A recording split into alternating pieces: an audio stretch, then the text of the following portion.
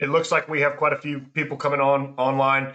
I wanted to take this opportunity to thank everybody. I know this is not life as usual.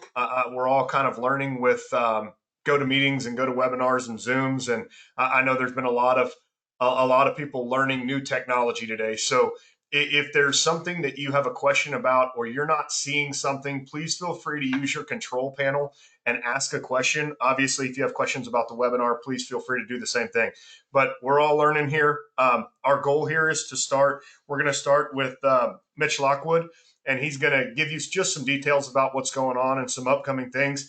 And then he'll introduce Claudia, and Claudia will take it over, and she'll go through both of her presentations. And then at the end, we will have time for question and answer. So again, if you don't mind letting us just kind of wait till about noon, which is only about 5 more minutes, and then we'll go ahead and get started. So thank you for everybody who's in attendance so far.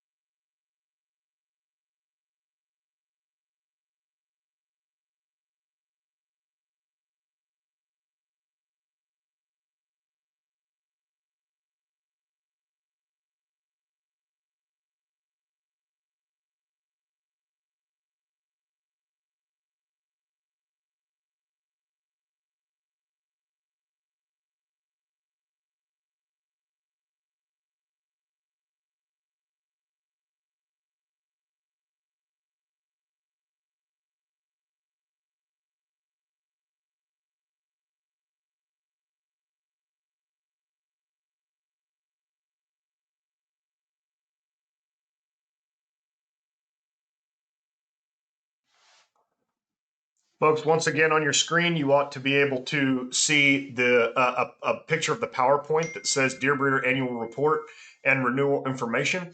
And then you should be able to hear audio of myself right now. We'll go ahead and kick it over to Mitch Lockwood in just a little bit, and then he'll introduce Claudia, and she'll take it away and go through the presentation from there. So again, I know we're all learning with this. I know this is the new norm for everybody, and we're all kind of getting accustomed to using these technology applications. So again, if you're new to GoToWebinar, you should have a control panel on your right side. You should be able to see right now a PowerPoint image, and then you should be able to hear audio. If you are not on the screen and you're driving down the highway or you're in your house or wherever you're at, listening on a phone, obviously you'll only be able to hear the audio. You won't have any of the visuals. So again, thank you very much for tuning in. We'll start here in about 3 minutes.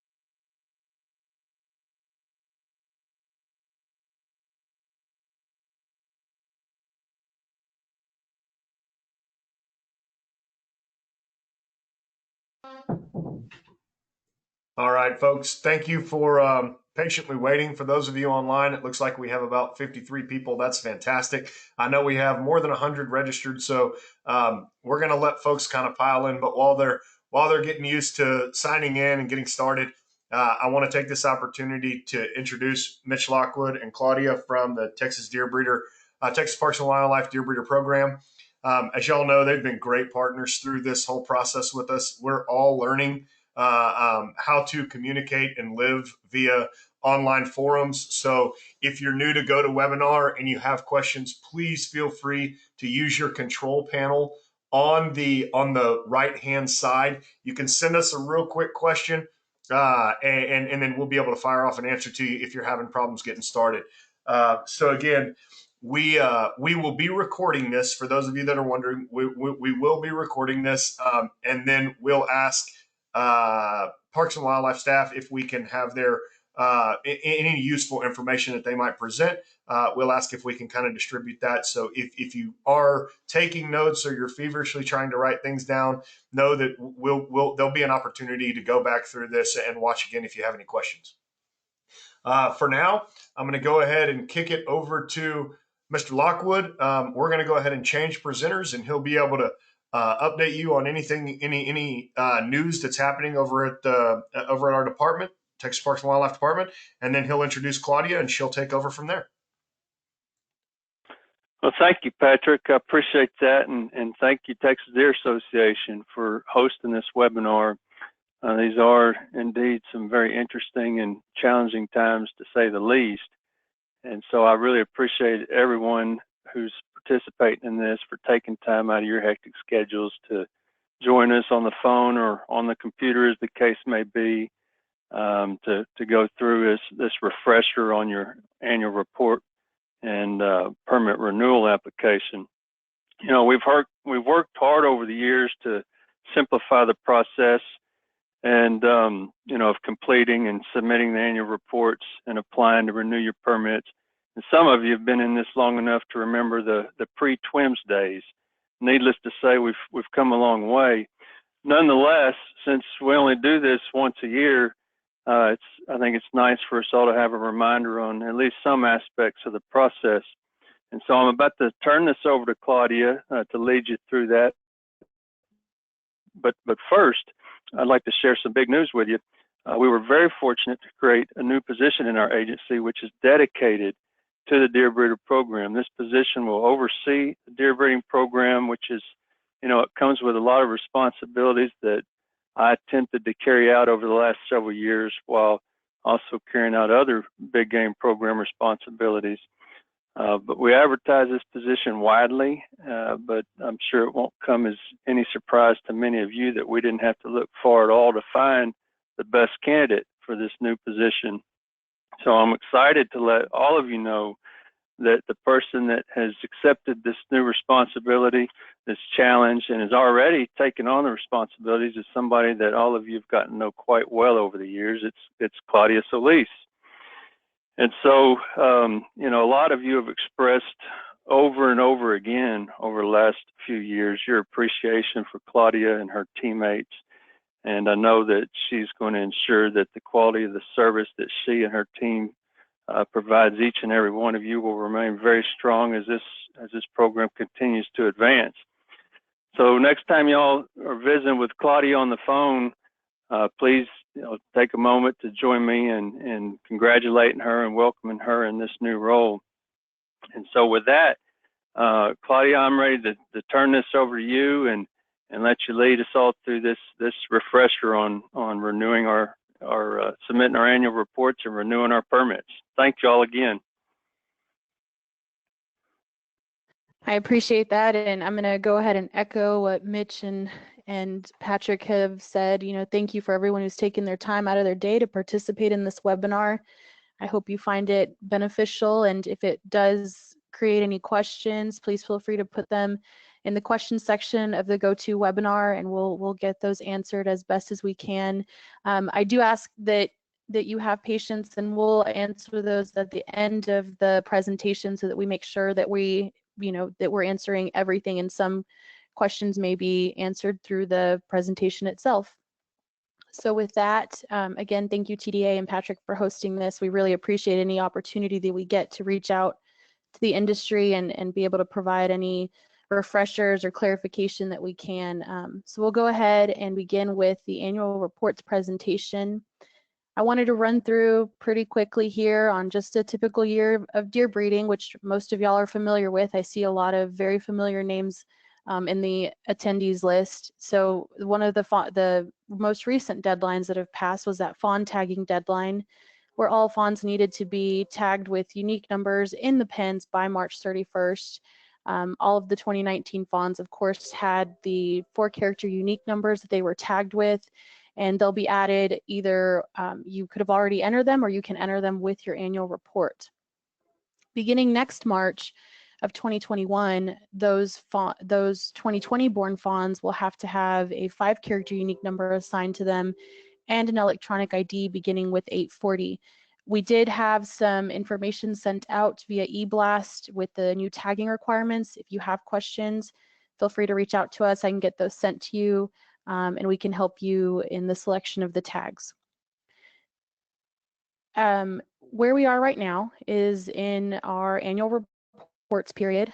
The annual reports, our report year that we're reporting on, begins April 1st of 2019 and it ended March 31st of 2020.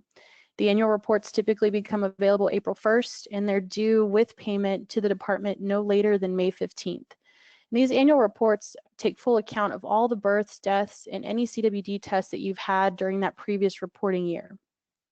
Of course, following this deadline is the 10-day antler removal deadline, where antlered bucks cannot be released within 10 days prior to that hunting season. So this is just a quick run through of our typical, the typical deadlines that we see for our deer breeders and their annual flow. When we're renewing permits, there are very few things that can change, but one of them is the movement qualifications. So we're looking, when we're reviewing those annual reports, we're looking at fawns that were born, mortalities that occurred, to make sure that all the information you have is updated, your pen diagram matches, the number of stated pens that you have for your facility, but also your CWD monitoring, and that plays a part in your movement qualifications. So there's 2 different statuses, movement qualified and not movement qualified. And just as a refresher, movement qualified means that you are able to activate transfer permits and move deer to other facilities such as nursing facilities, breeding facilities, DMP, or release sites. Not movement qualified is the inability to move deer in or out regardless of age or destination until those movement qualification requirements have been met. So on an annual basis, breeder facilities must provide surveillance for CWD testing. And that's based on 80% of your mortalities that occur each year. That's going off of the April 1st to March 31st timeline. And a minimum number of tests that are required each year based off of the eligible age population that's in your pens on March 31st. That's 3.6% of that eligible age population, plus any number of mortalities that have occurred in that year. Just as an example, if we had a herd of 95 eligible age deer in the facility on March 31st, and between April and March 31st, they reported 5 mortalities, their total population would be 100 deer. We're going to base the 80% requirement off of their 5 mortalities that they reported, so they would have to submit 4 not detected results. And that 3.6% requirement would also be based off of the 5 mortalities that were would be based off of the 100 deer that were reported in the total population. That comes out to 4 not detected tests. These are not compounded. If they've submitted 4 not detected results, this facility would meet both the 80% and the 3.6% requirement. If for some reason your 80% or your 3.6% is higher, then we're going to go with the requirement that is higher. So if you need to submit 5 for the 3.6%, that's the number that we would be basing off for your movement qualifications. If for some reason your facility does become not movement qualified due to not meeting the CWD testing standards, you are placed at that not movement qualified status. It happens when we renew your permit, and this means that there are no deer that can come in or out of the facility until we've received the substitution testing, or if for some reason your CWD test didn't post, when you send us those results, we can get them uploaded, credit your facility with that testing, and get you back to movement qualified. If you did have a lack of postmortem tests, those need to be made up with live animal testing, and that's at a 3-to-1 exchange. So for every 1 missed postmortem, you would need to provide 3 live animal tests in their substitution. Any mortalities that occur after April 1st will be counted for this current report year, but they cannot be applied as substitution for deficiencies in a previous report year. And we get a lot of questions about that, so I wanted to make sure that we make that clear, that any mortalities that are now occurring, they'll count for this report year, which we will review next year, but they can't be applied backwards towards a previous report year. So with that, I wanted to go ahead and move into our live TWIMS renewal demonstration. So give me just a moment as I move through these slides here. Just like some of y'all, I'm learning how to manage all the different tools that we have for meetings. As a forewarning, this is our test account that we're utilizing. And so there may be a couple of differences on there, but for the most part, this is what you'll be seeing when you log in. You'll want to navigate to your Deer Breeder permits and herd tracking link that we have here. And you'll find your breeder permit renewal available under the breeder permit page. One thing to keep in mind is that only the permittee will be able to see this begin annual report link that's available on the website. Agents do not have access to it. Another thing to keep in mind is that even if you're submitting just an annual report because you have a multi-year permit, you do have to go through the checklist and submit a report. There is no payment required if you have that multi-year permit, but you do have to submit an annual report by the deadline. So we'll go ahead and begin our annual report here. The first section that you're going to see is a certification that declares that your facility meets or exceeds the standards for our deer breeder regulations. Once you've read through this paragraph and you certified this is correct, go ahead and click the I certify button. It'll bring you to the report checklist. In this section, you have to go through every single one of them and get a completed check mark in order to be able to submit your annual report. So even if you've already entered your fawn information, you'll still have to click through that section and review the fawn information that was submitted and certify that it's correct to be able to proceed with it. So we'll go ahead and start with the regulation acknowledgement here. And you'll read this paragraph that basically says that you've assigned 4-character alphanumeric unique numbers to your 2019 fawns and that they are currently tagged in your facility. It also states that you understand that these tagging requirements do not apply to the 2020 born fawns since those will be tagged with 5-character unique numbers. Once you've read that paragraph, go ahead and click I acknowledge. And it'll bring up this green check mark that we're looking for throughout the checklist. The second section will bring up your breeder information section, and this is really important. If you have an updated email, if for some reason you were using a work email or a school email and you no longer have access to it, this is the page that you can update that information. It's very important that you keep this updated. As you know, we send out our e-blast to the emails that we have on file for our breeders and agents. So having this information up to date allows you to remain informed with any updates that we may have from the department. So if you don't have any changes, you can go ahead and proceed. If you do have changes, make them here. We'll review them when we're processing your annual report. You do have 2 options. You can either submit and return to checklist. If for some reason you have to step away from your computer, hitting that submit and return to checklist checks off that section that you were at, and you can actually step away from your computer or go and activate a transfer permit and come back and it'll have saved where you left off. So this does not have to be completed all at once, but you do have to at least submit the section that you were last at in order for it to save where you were. We'll go ahead and click on the facility information. On this page, you'll be able to update your facility name if you need to, the number of pens and acreage if you need to, and your map as well. So if we went from 3 to 5 pens, and increased to 15 acres, it's going to require, the system will require you to upload a new plot diagram. So make sure you have your new plot diagram ready to go on your computer or on your desktop so that you can upload it. When you're increasing or decreasing pens or acreage, it's also going to request that you update your map. You're able to do so. You don't have to draw a new map. You're able to do so by clicking this little wrench here and dragging out the boundaries to meet the new pen boundaries if you updated your pens. So you want to get that acreage very close to your facility acreage, and if you need to correct it, you can come up here. For some reason your acreage was off.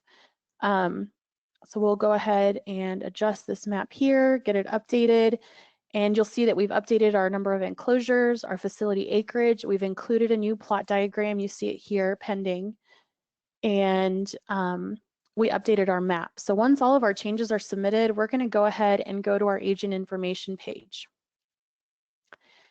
You'll see that in this facility, we don't have any agents. If you did, it allows you to remove an agent if for some reason they're not working with your facility anymore, or you can go ahead and add an agent in this section as well. If you believe that they're already in our system, you can search them by last name or driver's license. If they are new to our system, you will have to have all this information prior to being able to submit the agent amendment. So it's first name, last name, social, driver's license, phone number so that we can reach them, and an email address as well. If you're having difficulties adding an agent, if it says something along the lines of that there's a duplicate email, give us a call. It may be that they're already in the system, but we don't have the driver's license to be able to match both the last name and the driver's license to that agent. So we're going to go ahead and submit. Oh, we're gonna not submit that because we didn't add an agent. We are going to go back to agent information, and we're going to leave this one blank. We're not going to add an agent into this facility.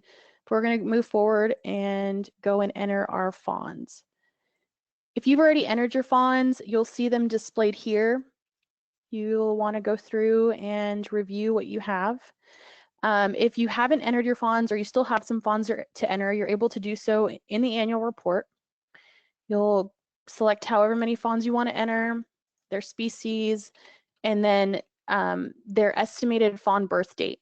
You can also enter the birth year if you'd like, and it'll just apply a 2019 date on there, and you can enter specific dates.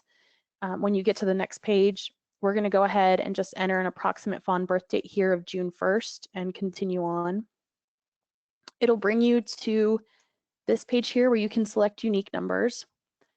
So you can go ahead and select your unique number, add your breeder ID, select the sex of the fawn, and we'll be able to add it. Now, if you recall, you do have to enter all fawns that were born and died in the facility. If you assign them unique numbers at birth, then you're able to enter them here and apply a mortality date in this section under death. If you had a fawn that was born but you did not apply a unique number, you're still required to report them, but you don't have to assign them a unique number. You can do so by just leaving it here on the select one, selecting a sex, and then entering a mortality date. So we'll go ahead and say that this one died shortly after its birth. And what you'll see is that when we submit it, it'll bring up, it'll say up here that you've added however many number of fawns. And if you scroll all the way down to the bottom, it'll show you the two most recent fawns that we've entered here. And it does show that that unmarked fawn, that fawn that we didn't assign a unique number, but we know was born in our facility and died shortly after, it shows to be reported. It won't have a unique number assigned with it, but it'll have that associated mortality date on there. Once everything here looks good, you've entered all your fawns, you can proceed to submitting, to reconciling your inventory. So on this page, one thing to note is that it's going to show you your inventory in its entirety from April 1st of 2019 to March 31st of 2020. So this is going to show you everything that was born, died, transferred, escaped, whatever happened in that report year. It's going to show everything on here. So you'll want to make sure that if you that your inventory reflects what's accurately in your pens. You will notice on here you have the ability to update your breeder ID. If for some reason you changed them, you can update them on the ones that do not have them. Also, fawns that are less, or deer that are less than 2 years old, if they were missexed at birth, you're able to update their sex here on this screen as well. If you have yet to report them as deceased, you can enter their mortalities with a date, and it'll process those and enter them onto your CWD monitoring page. So once you've looked through all of this, verified that everything looks accurate, you want to submit and go to enter your CWD tests. You'll see here that this table, when you go to your CWD monitoring page, the current report year is what we're in now. So what began April 1st. The report year that you're reporting on for your annual report is this past report year section here. And this is what we're looking for and basing your movement qualifications off of. So you'll see that for this facility, they reported 8 mortalities. We have 2 CWD tests on file. It shows you what our testing percentage is at, and then also what the herd size was at, where that 3.6% is based off of. So for this facility, we would need to meet the 80% testing in order to remain movement qualified.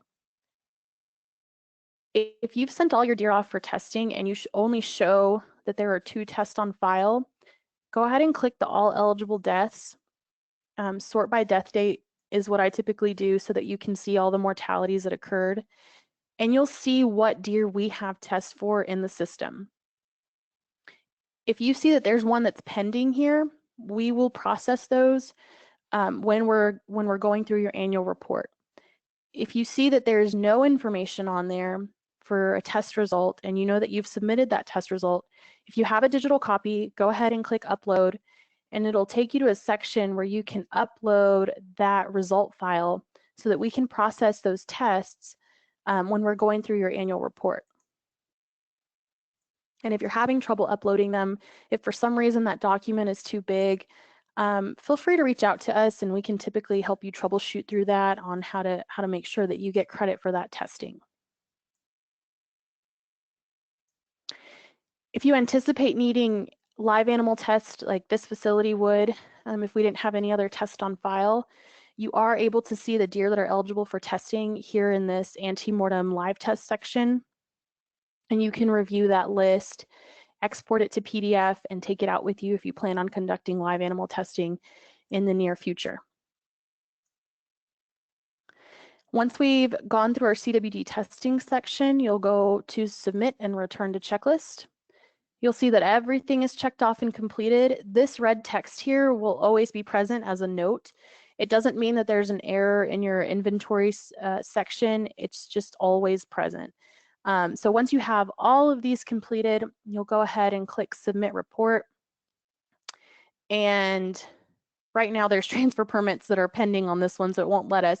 But once you submit report, it'll take you to a page that says, do you want to submit a check or do you want to submit a credit card payment? If you select the credit card payment, it'll move you forward into the texas.gov page that will allow you to submit, to enter your credit card information and process it there. It'll also give you a remittance form at that point.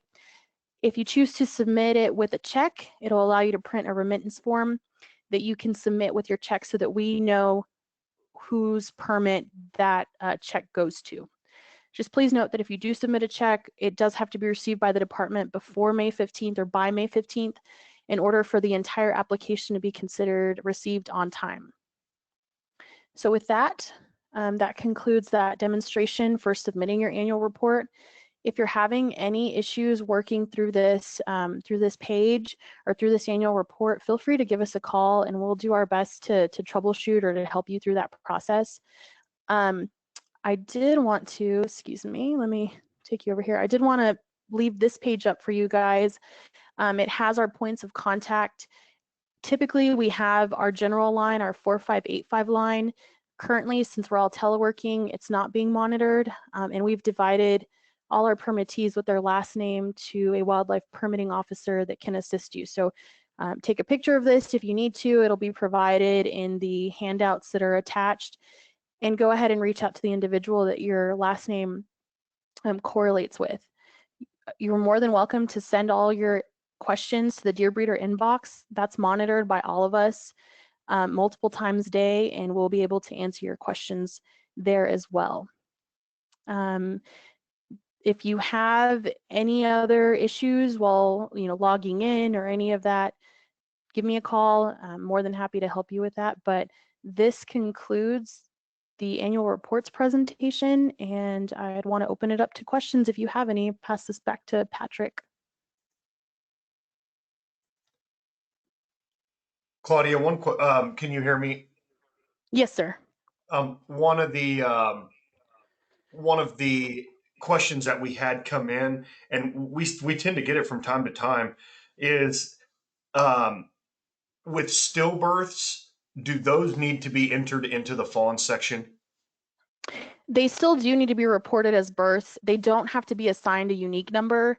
And so if you know that it was born within a period of however 2-3 days, just go ahead and enter it as born and died shortly after, and it'll show in the system as being born.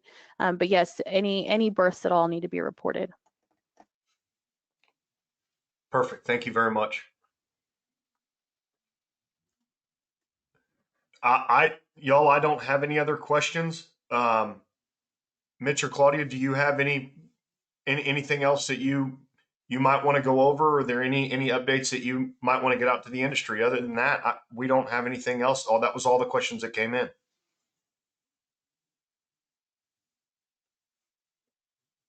I don't have anything as of right now. I do know that fawns are beginning to drop, and so if you have questions regarding the new tagging requirements or where to order those tags, again, feel free to reach out to us, and we'll get you the help that you need to make sure that you're compliant with those tags. Perfect. With that, thank you everyone for tuning in. We really appreciate having you. Thank you for bearing with us on all of the new technology stuff that we're trying to learn. I know GoToWebinar is sometimes cumbersome. There were a couple of questions about just how to use the application. I will try to get something out. This is the platform we're going to try to use on a regular basis to keep everyone updated, since we can't do region meetings and things like that quite yet. So, well, I have had a few questions, Claudia, about this presentation being available. Would you have any problem sharing your PowerPoint? No, of course not. I'll email you a copy, and you can get that distributed as needed. That sounds great. With that, thank you, everyone. We'll get this online, and we'll get the PowerPoint online as well as the recording, and that way everyone can follow along while you're filling out your annual reports later this month. Please remember that they're due May 15th. Don't wait until May 15th to do them. That time always gets busy for permitting staff. Try to take some time this week or even next and knock it out. That way it's done and it's off your plate. With that, thank you very much. Thank you, everyone. Thanks again, Patrick. Yep. Y'all have a great day. Stay safe, stay healthy, stay inside. Thank you. Take care.